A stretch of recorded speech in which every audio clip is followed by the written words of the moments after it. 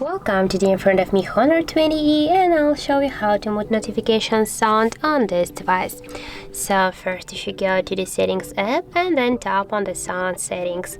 Here as can you see we got the ringtone volume panel, but that's also in the notification volume panel. And just to move the notifications you should swipe on the left side this blue dot with your finger, but in this case you will mute not only on notifications but also in the ringtone. So I suggest you to make it by the another way.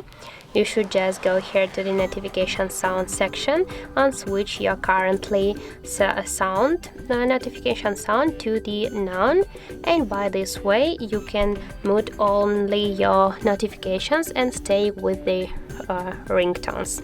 So that's how it looks, and if you find this video helpful, remember to leave a like, comment and subscribe our channel.